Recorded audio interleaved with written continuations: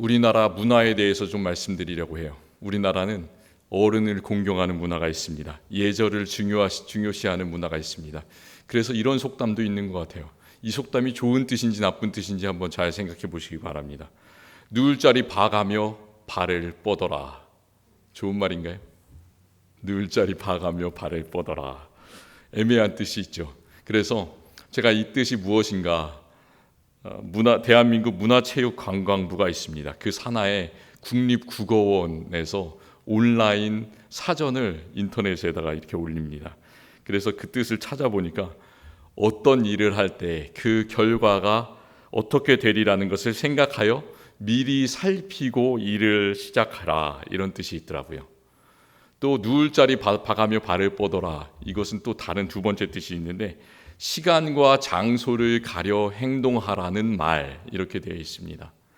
그러니까 그 말은 좀 세상에서 눈치 없는 사람들이 많은데 눈치를 보고 행동해라, 이런 뜻이죠. 눈치를 보는 게 좋을 수도 있고 나쁠 수도 있습니다. 그래서 이 속담은 좋을 수도 있고 나쁠 수도 있는 그런 말이에요. 눈치를 보고 행동하는 것, 또 눈치를 봐서 어떤 자리를 이렇게 차지하는 것, 한국에서만 중요한 것이 아니라 예수님께서 오셨을 때 그곳 로마 제국이 다스리던 유대 지방에서도 그랬어요. 그래서 예수님 오시기 훨씬 전에 그리스라는 아주 큰 나라가 있었는데 이 나라에도 예절 문화가 상당히 발달을 했습니다.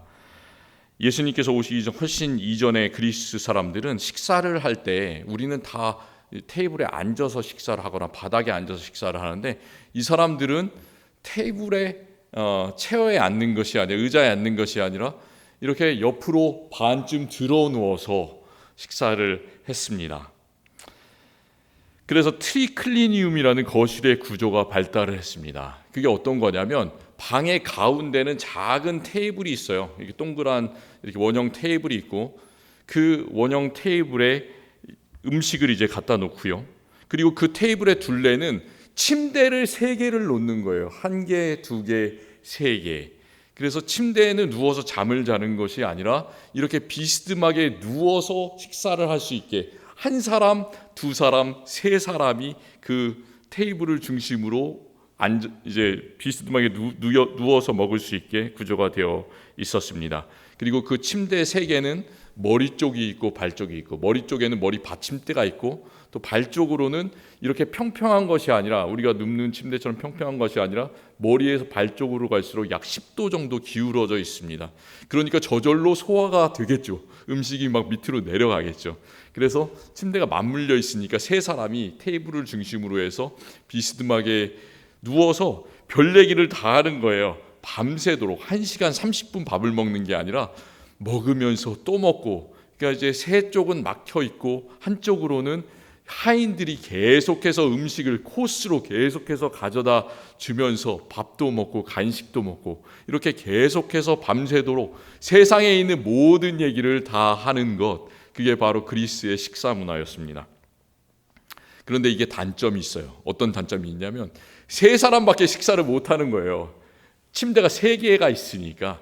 그래서 어떻게 했느냐, 이 2사람은 그 식사를 주관하는 가장 높은 사람과 함께 들어가서 밥을 먹고요. 가장 높은 2사람, 그리고 여러 사람이 초대를 받았다 그러면 그 사람은 지위에 따라서 그 바깥에 있는 룸으로 나가는 거예요. 그래서 그 다음 사람은 그 바깥에 있는 방, 그 다음 높은 사람은 그 바깥에 있는 방, 그렇게 해서 안쪽에 가장 중요한 방부터 높은 사람 3명, 그 다음 높은 사람 3명, 그 다음 높은 사람 3명, 이런 식으로 계속해서 밤새도록 얘기하는 그런 식사 문화, 바로 그게 그리스의 식사 문화였습니다. 이렇게 3명씩 들어 누워서 식사를 하는 그런 구조가 이렇게 예수님께서 오시는 로마 시대에 와서는 여러 명이 함께 앉아서, 그것도 앉는 것이 아니고요, 비스듬하게 이렇게 약간 누워서 식사를 하는 그런 식탁의 구조로 바뀌었습니다. 그 식탁을 시그마라고 그랬는데 왜 그러냐면 반달 모양으로 되어 있습니다. 앞에는 이렇게 평평하고 사람이 앉는 쪽은 이렇게 원형으로 되어 있는 반달 모양의 구조가 있어요. 그래서 5명, 6명, 7명 이런 식탁에 앉는데 이 테이블은 지위에 따라서 앉는 자리가 정해져 있습니다. 사람 이름을 붙여놓지 않는데도 이 사람이 지위가 첫 번째냐 다섯 번째냐에 따라서 어느 자리에 앉아야 되는지를 이 사람들이 다 알고 있었습니다. 가장 높은 사람이 어디에 앉냐면 맨 오른쪽 끝에 앉았습니다. 그리고 두 번째 높은 사람은 맨 왼쪽 끝에 앉고요. 그리고 넘버 3는 어디 앉냐면 그 다음 이렇게 두 번째 사람 옆에 앉고 그 다음 옆에 앉고 옆에 앉고 옆에 앉고 옆에 앉고 이렇게 해서 가장 그 식사 초대받은 사람 중에 지위가 낮은 사람은 어디 앉냐? 바로 가장 지위가 높은 사람 바로 왼쪽에 그 자리가 가장 낮은 사람의 자리였습니다. 그러니까 이 사람들은 이름이 써있지 않는데도 자기가 어디로 가야 되는지를 알고 그 자리를 가게 되는 겁니다. 어떤 사람이 초대받지 못한다면 오늘 말씀에 있는 것처럼 높은 자리에 앉았는데 낮은 자리도 갈 수도 있고 낮은 자리에 앉았는데 높은 자리로 인도될 수도 있고 이게 바로 로마의 식탁 문화였습니다. 계급 사회가 바로 그랬던 것이죠. 오늘 말씀에서 예수님께서는 누가복음 14장에서 한 유대인의 바리새인 지도자의 식사에 초대를 받으십니다. 예수님께서 세상에 계실 때 별명이 뭔지 아세요? 예수님은 이렇게 사람들에게 불렸습니다. 먹기를 탐하고 포도주를 즐기는 자, 세리와 죄인의 친구다 이렇게 불렸습니다. 별로 좋은 그런 별명이 아니죠. 그런데 예수님께서는 세리와 죄인들과만 식사를 하신 것이 아니라 이렇게 높은 사람 바리새인들과도 식사에 초대받아서 함께 식사를 하시고 그곳에서 그냥 그 사람들과 친교를 하셨을 뿐만이 아니라 그들의 겉모습만 화려한 거칠의 신앙의 모습을 아주 강하게 지적하시고 질타하시고 여러 번 날카롭게 경고의 말씀을 하셨습니다. 오늘 우리가 이 말씀을 읽을 때 잘 주의해서 깊게 봐야 되는 말씀이 있습니다. 오늘 누가복음 14장 7절부터 11절까지를 우리가 읽었는데 오늘 읽은 말씀의 배경이 되는 그 구절은 14장 1절 말씀입니다. 예수님께서 그 바리새인 지도자의 집에 들어가실 때 상황을 말씀이 이렇게 기록하고 있습니다. 안식일에 예수께서 한 바리새인 지도자의 집에 떡 잡수시러 들어가시니 그러니까 식사를 하러 들어가시니 그들이 엿보고 있더라 이렇게 기록하고 있습니다. 강조하고 싶은 구절은 뭐냐면 그들이 엿보고 있더라 라는 구절이에요. 사람들이 많이 하는데 정말로 잘 지켜지지 않는 말이 있습니다. 저도 이 말을 되게 많이 하는데 잘 지킬 수가 없어요. 왜 그런지 모르겠어요. 게을러서 그런 것 같기도 하고 그렇는데 다른 사람들에게 이런 말을 합니다. 나중에 시간 되면 밥이나 한번 같이 먹읍시다 이런 말을 해요. 그런데 왠지 말이 잘 지켜지지 않고 그게 1년이 될 수도 있고 2년이 될 수도 있고 그렇습니다.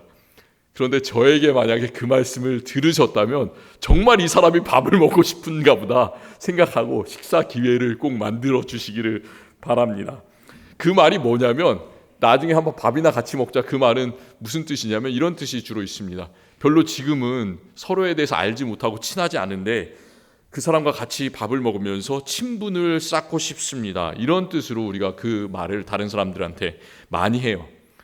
바리새인 지도자가 다른 바리새인들과 함께 특별히 예수를 그 자리에 초청한 것은 단지 밥이나 한번 같이 먹자, 친교나 한번 같이 하자, 우리가 한번 같이 이렇게 친분을 쌓아보자 이런 뜻이 아니고요. 그 사람들은 예수님을 부른 목적이 예수님을 엿보기 위해서 불렀다는 말이에요. 엿보기 위해서. 예수님은 그때 상황이 어떠셨냐면 이미 고향 갈릴리에서의 모든 사역들을 다 마치시고 나서 이제 십자가로 올라갈 준비를 하고 계셨습니다. 그래서 가야 할 그 십자가의 길이 무엇인지를 이미 아시고 예루살렘을 향해서 한 발짝 한 발짝 한 발짝 올라가기 시작합니다. 그 말씀이 누가복음 9장 51절부터 나옵니다. 이제 누가복음 14장이기 때문에 이미 예루살렘으로 한참 올라가고 계셨습니다. 이제 대제사장들, 바리새인들 그리고 서기관들 마음이 완전히 바뀌었어요. 그래서 예수님에 대해서 부정적인 마음이 들고 뭔가 작은 예수님께서 화내실 만한 불쾌한 상황들을 조금이라도 만들고 그것을 꼬투리를 잡아서 예수님을 잡아 가두고 죽일 궁리를 하고 있었던 때가 바로 이때였습니다. 그게 바로 그들이 예수를 엿보고 있더라라는 그런 말이에요. 제가 이 말씀을 강조하는 이유는 단지 바리새인들만, 대제사장들만 예수를 엿본 것이 아니라 이 악한 세상이 지금도 예수 그리스도를 믿는 우리들을 계속해서 엿보고 있다는 사실을 마음속에 기억하시기를 바랍니다. 이 세상은 참 무서운 세상이에요. 시간이 갈수록 우리는 점점 나약해집니다. 약해져요. 넘어지기가 쉬워집니다. 옛날에 우리가 젊었을 때 생각해 보시고 그리고 나이가 든 지금을 한번 생각해 보시기 바랍니다. 예전에 젊었을 때는 하루 이틀 정도 잠을 안 자도 별로 끄떡 없었어요. 그 다음날 한 2시간, 3시간 정도 눈을 붙이면 가뿐하다, 개운하다 뭐 이런 생각이 들었어요. 그런데 요즘에는 하루 정도 잠을 제대로 못 자고 한 2-3시간 잠을 자면 그 다음날 꼭 화가 납니다. 막 작은 일인데도 불구하고 뭔가 신경이 쓰이고 짜증이 나요. 예전에는 어땠습니까? 겸손하다는 말도 많이 듣고 다른 사람의 말도 잘 경청했는데 나이가 들어갈수록 고집이 왠지 세지는 것 같아요. 그래서 여러 사람이 있으면 꼭 내 방식대로만 해야 직성이 풀리는 것을 경험하게 됩니다. 우리에게 있어서 약한 것들이 하나 둘 점점 늘어납니다. 건강이 점점 좋아지지가 않습니다. 그러니까 우리는 점점 넘어지기 쉬워지는 사람들로 바뀌고 있는 것이에요. 사도 바울은 로마서 1장에서 죄인들이 가지고 있는 그 죄의 목록들을 나열하고 있습니다.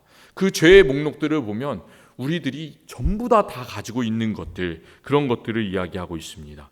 모든 불의, 추악, 탐욕, 시기, 살인, 분쟁, 사기, 악독, 수근수근하는 것, 비방하고 미워하고 능욕하고 교만, 자랑, 악을 도모하고 부모를 거역하고 우매하고 약속을 지키지 않고 무정하고 무자비한 것, 이 모든 것들의 목록 속에 우리가 그 안에 들어가 있음을 우리는 고백하게 됩니다. 이런 모든 죄악의 그런 씨앗들이 우리의 마음속에 있는데 악의 세력들은 그것들을, 작은 것들을 비집고 들어오려고 해요. 이 모든 죄악의 목록들이 정말로 우리의 마음속에 깊숙이 자리를 잡고 있습니다. 겉으로는 좋은 사람인 것처럼 웃으려고 노력하고 포장을 하는데 그게 아닌 거죠. 핵폭탄이 사실 언제 터질지 모르잖아요. 그렇잖아요. 세상에서 수천 개의 핵폭탄을 가지고 미국과 러시아가 서로 대결을 하고 있고 그 가운데 우크라이나도 있고 뭐 그렇지 않습니까? 북한도 있고 정말 많은 나라에서 핵폭탄을 누를 그 버튼을 준비하고 있는데 우리의 마음속이 그런 거예요. 정말로 우리 마음속에 죄악의 많은 그런 씨앗들이 있는데 뭔가 하나 꼬투리만 잡아서 버튼을 누르면 당장이라도 폭발해 버리는 것처럼 바로 그런 것이 우리의 마음입니다. 그래서 예수님께서는 우리가 그런 사람이라는 것을, 너무나 약한 사람이라는 것을 잘 아시고 항상 제자들에게 이렇게 말씀하셨어요. 깨어 있으라. 시험에 들지 않게 깨어서 어떻게 해야 됩니까? 깨어 기도하라 말씀하셨어요. 우리는 항상 예수님의 말씀처럼 깨어 있어야 할 줄을 믿습니다. 단지 깨어 있을 뿐만이 아니라 깨어서 기도해야 될 줄을 믿습니다. 그렇게 하시는 우리 성도님들이 되었으면 좋겠습니다. 또 우리가 악한 것들을 극복하고 정말로 우리에게 다가오는 세상, 교묘한 말로 꼬이는 그런 속임수에 당하지 않기 위해서는 베드로전서 3장에서 말씀하는 것처럼 우리 마음에 그리스도를 주로 삼아 거룩하게 하고 우리 속에 있는 소망의 이유를 묻는 자에게는 대답할 것을 항상 준비하는데 온유와 두려움으로 준비하라. 그 말씀처럼 우리가 세상의 사람들에게, 악한 것들에게 내가 왜 예수 그리스도를 믿는가, 나는 왜 지금 이 자리를 굳게 지키고 있는가를 항상 대답할 수 있도록 준비하시기를 바랍니다. 예수님께서는 그를 엿보고 있는 바리새인들에게 그렇게 하셨어요. 말을 많이 하신 것이 아니라 행동을 보여주셨습니다. 그들이 예수님을 초대한 날이 어떤 날이었냐면 예수님을 시험에 빠뜨리기 참 좋은 날, 안식일이었습니다. 유대인들은 안식일에 해서는 안 된다라는 그런 규정들을 자기 나름대로 금기사항을 39가지를 정해 놓았습니다. 이 날에 해서는 안 되는 일이 어떤 일이 있었냐면 이 사람들이 정해 놓은 일에는 바느질도 해서는 안 되고 밭 가는 일을 해서는 안 되고 또 어떤 종류의 농작물을 수확하는 일을 해서는 안 된다. 그것 말고도 36가지를 더 정해 놨습니다. 그런데 그 자리에는 예수님을 걸려 넘어지게 할 만한 그런 상황이 있습니다. 병자가 하나 있었어요. 수종병에 걸린 사람. 그 사람을 이 바리새인들이 일부러 거기에 데려다 놓았는지 그냥 있었는지는 잘 모르겠습니다. 어쨌든 그 수종병에 걸린 사람, 수종병은 성경에는 고창병이라고도 나옵니다. 몸의 조직에 점차 물이 차서 몸이 점점 부어오르는 병이 바로 수종병이에요. 예수님께서는 그 병으로 고생하는 사람을 그냥 지나치지 못하셨습니다. 당연히 욕을 먹을 것을 알고 당연히 이 사람들이 꼬투리를 잡을 것임을 아는데도 불구하고 안식일 규정이 이렇다 저렇다 말할 것을 아심에도 불구하고 그런 사람들이 정해놓은 그런 규정만을 예수님께서는 보신 것이 아니라 과연 그 자리에서 이 안식일에도 하나님께서 원하시는 것이 예수 자신에게 원하시는 것이 무엇인가 그것을 먼저 생각하시고 그 일을 바로 행하셨어요. 그 일이 바로 무슨 일일까요? 그 일은 우리에게도 똑같은 일입니다. 안식일에도 그렇고 주일에도 그렇고 평일에도 마찬가지예요. 우리가 항상 가장 먼저 신경 쓰고 행해야 되는 일, 예수님께서 하신 일, 그것은 바로 생명을 살리는 그 일입니다. 어떤 일을 할 때 우리가 고민이 된다. 이 일을 할까 저 일을 할까 항상 고민이 될 때가 있지 않습니까? 그럴 때는 하나님께서 어떤 일을 하기를 원하시는가, 그리고 생명을 살리는 방향이 무엇인가, 그것을 항상 생각하시고 그 일을 따라서 행하시기를 바랍니다. 예수님께서는 그 일을 하셨어요. 우리가 살려야 되는 정말 많은 사람들이 있습니다. 그 사람은 몸이 아픈 사람일 수도 있고 마음의 상처를 받은 사람일 수도 있고 가난한 사람들일 수도 있고 우리 형제 자매들, 우리 가까이 있는 사람들일 수도 있습니다. 우리 가족들일 수도 있습니다.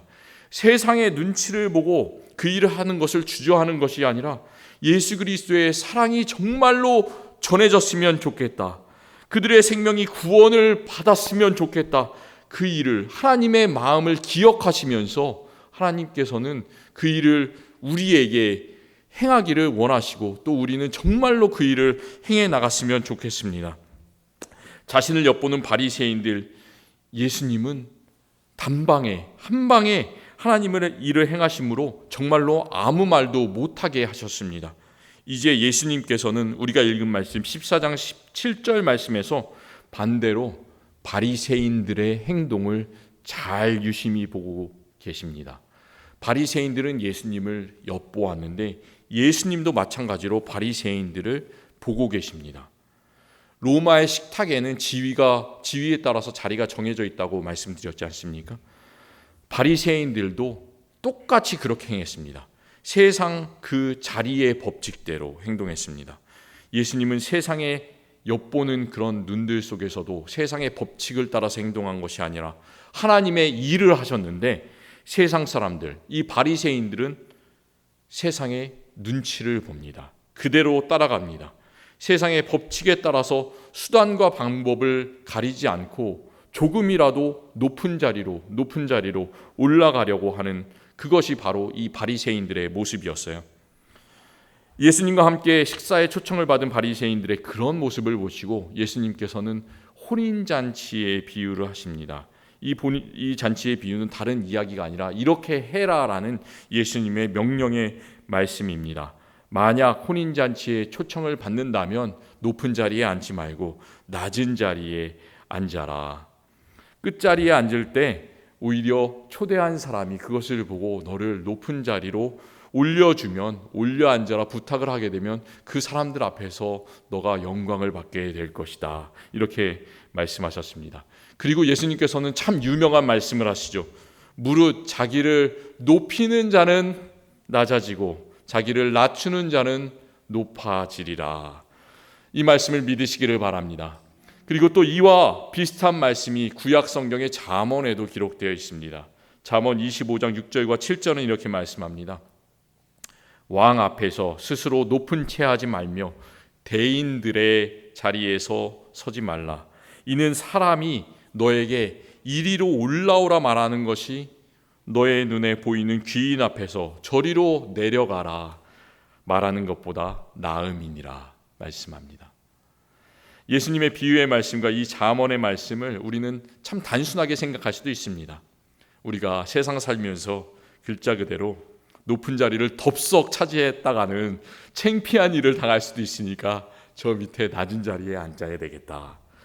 물론 우리가 이렇게 생각할 수도 있고요. 예수님께서 겸손하셨기 때문에 나도 겸손하게 세상에서 살아야 되겠다. 이렇게 생각할 수도 있습니다. 이 정도만 생각하더라도 우리의 삶이 참 큰 의미가 있습니다. 그런데 예수님께서 말씀하신 것은 그보다 훨씬 더 큰 깊은 뜻이 있습니다. 예수님께서는 세상의 법칙을 완전히 뒤집는 하나님 나라의 법칙을 오늘 말씀 속에서 우리에게 알려주고 계십니다. 그리고 우리가 세상의 법칙대로가 아니라 하나님 나라의 법칙을 따라서 살라고 우리에게 명령해 주고 계십니다. 바로 그 하나님 나라의 법칙, 그것이 무엇일까요? 예수님은 자기를 청한 바리새인들이 높은 자리에 앉으려고 노력하는 그런 행동을 보시고 한 가지를 더 얘기하셨습니다. 잔치를 베풀거든 내가 만약에 잔치를 베푸는 자리에 있다면 높은 사람들을 청하고 귀인들을 청하고 그러지 말고 차라리 가난한 자들, 몸이 불편한 사람들, 저는 사람들, 앞이 보이지 않는 맹인들, 그런 사람들을 청해라 이렇게 말씀해 주십니다. 그 이유를 우리가 참 깊이 생각해 봐야 되는데 14절 말씀에서 그 가난한 사람들은 이 땅에서 갚을 것이 없으므로 너에게 복이 되리니 이는 의인들의 부활 시에 너가 갚음을 받을 것이기 때문이다 말씀하셨습니다. 우리가 높은 사람들과 사귀면 어떻습니까? 우리는 마음속에 무엇인가를 항상 기대하게 됩니다. 저 사람이 높은 사람이니까 내가 이렇게 베푼 만큼 저 사람도 나에게 이만큼을 베풀 것이다. 이 땅에서 뭔가 대가를 우리가 생각하게 됩니다. 그 사람들이 나에게 정말로 좋은 것을 해준다면 때때로는 우리가 부담스러울 때가 있습니다. 세상은 그래요. 그런데 하나님 나라의 법칙은 그것과는 완전히 반대됩니다. 세상 사람들은 더 높은 사람을 사귀어서 점점 어떻게 하면 높은 자리로 올라갈까 고민하고 열심히 노력하고 그렇게 하지만 성공한 사람들과 친구가 되려고 하지만 그런 수고는 노력한 만큼의 결과를 가져다 주지 않습니다. 세상의 구조가 어때요? 정말 소수의 성공한 사람들이 있는 반면에 정말 많은 참 어려운 사람들이 있습니다. 그리고 코로나 바이러스로 우리가 한 2년 넘게 고생하는 기간 동안에 그 양극화의 구조가 점점점 심해지고 있습니다. 세계 구호기구 중에 옥스팜이라는 그런 기관이 있습니다. 그런데 이 기관에서 2020년 3월부터 2021년 11월까지 약 1년 9개월, 1년 10개월 정도의 세상에서의 돈의 흐름이 어떻게 변화되었는지를 조사를 해서 분석하는 보고서를 내놨습니다. 이 기간 동안에 세계 10대 부호들이 있는데 세계에서 10번째로 손에 꼽히는 그 부자들이 있는데 그 사람들이 어떤 사람이 있냐면 전기자동차 테슬라 CEO라든지 그리고 전자상거래 업체 아마존 창업자라든지 뭐 이런 사람들이 다 세상의 부자 1, 2위를 차지하고 있는데 그런 세계 10대 부자들 1초당 얼마를 벌었을까요? 1초당. 우리는 1년 열심히 일해도 몇만 불 벌기 힘들지 않습니까? 그런데 이 사람들은 1초당 15,000불을 벌었다고 합니다. 참 찰칵 15,000불. 와, 대단하잖아요.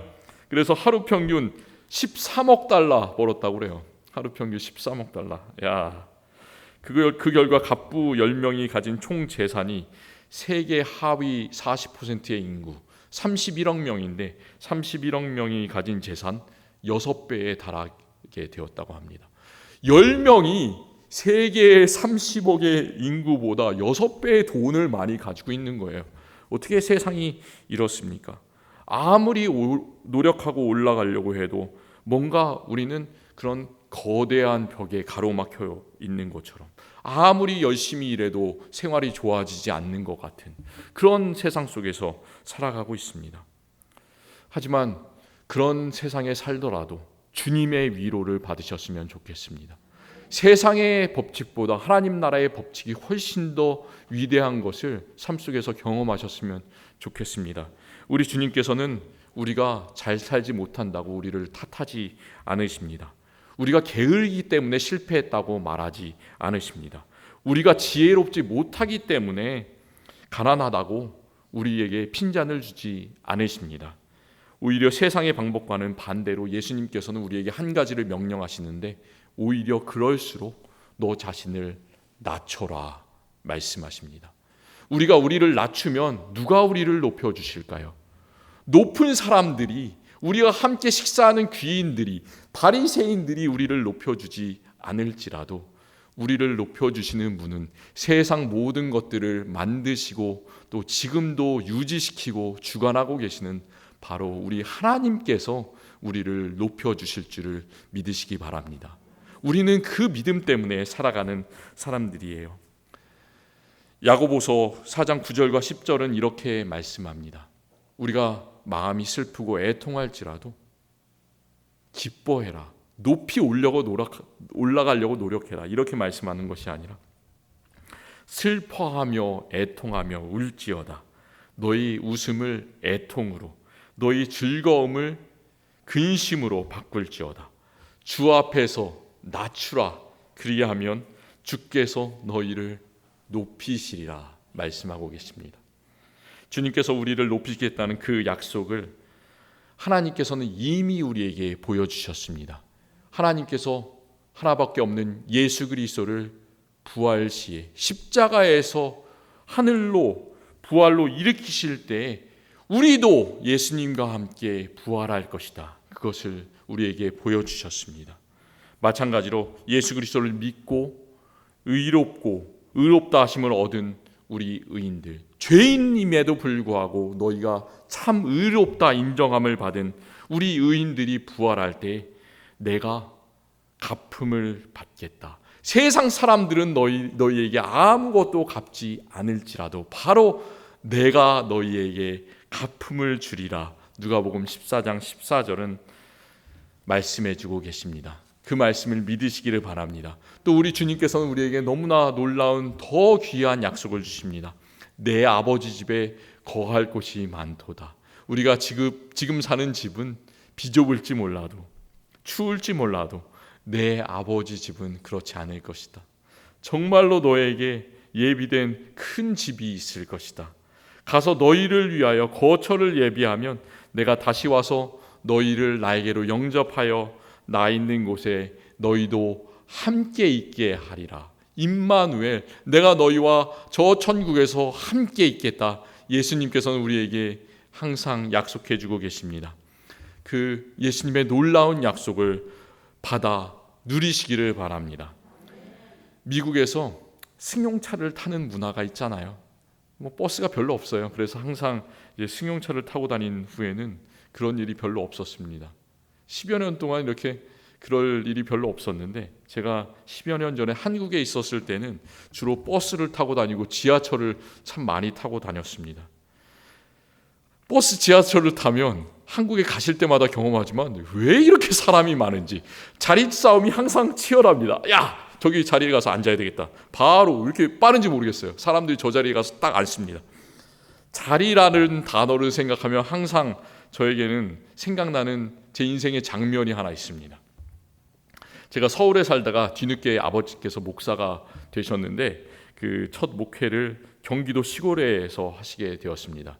그래서 경기도 시골 마을로 이사를 갔고요. 그런데 집 근처로 전학을 가지 않고 서울에 있는 학교를 계속해서 다녔습니다.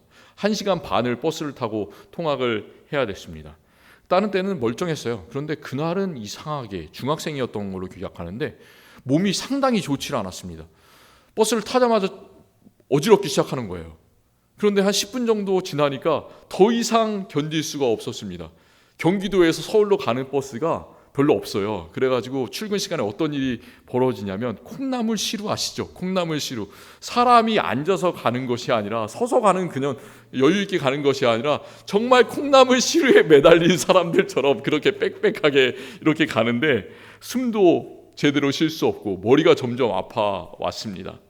그래서 나 이렇게 하다가 쓰러지는 게 아닌가 이렇게 딱 생각하고 있는 그 순간에 바로 제 앞에 있는 한 어떤 젊은 여자분이 제 얼굴을 딱 보시더니 얼굴이 너무 창백해 보인다고 이 자리에 앉으라고 그 자리를 양보해 줬습니다. 새벽 6시 반, 7시에 학교를 가잖아요. 그런데 그 자리에 그 사람도 피곤할 텐데 그 자리를 양보해 주는 것이 쉽지가 않겠죠. 제가 30분 동안 거의 비몽사몽이었습니다. 앉아서 이렇게 계속해서 엎드려서 가다가 30분 지나서 정신을 차렸습니다. 인생의 은인이었어요. 제가 그 자리에 앉지 않았다면 어떤 일이 있었을까? 끔찍했겠죠. 자리 하나가 사람을 살렸습니다. 그리고 그 후로는 자리에 앉고 싶을 때마다 그런 생각이 듭니다. 한국에 가게 될 때, 그리고 고등학교 때, 대학교 때 이런 생각을 했어요.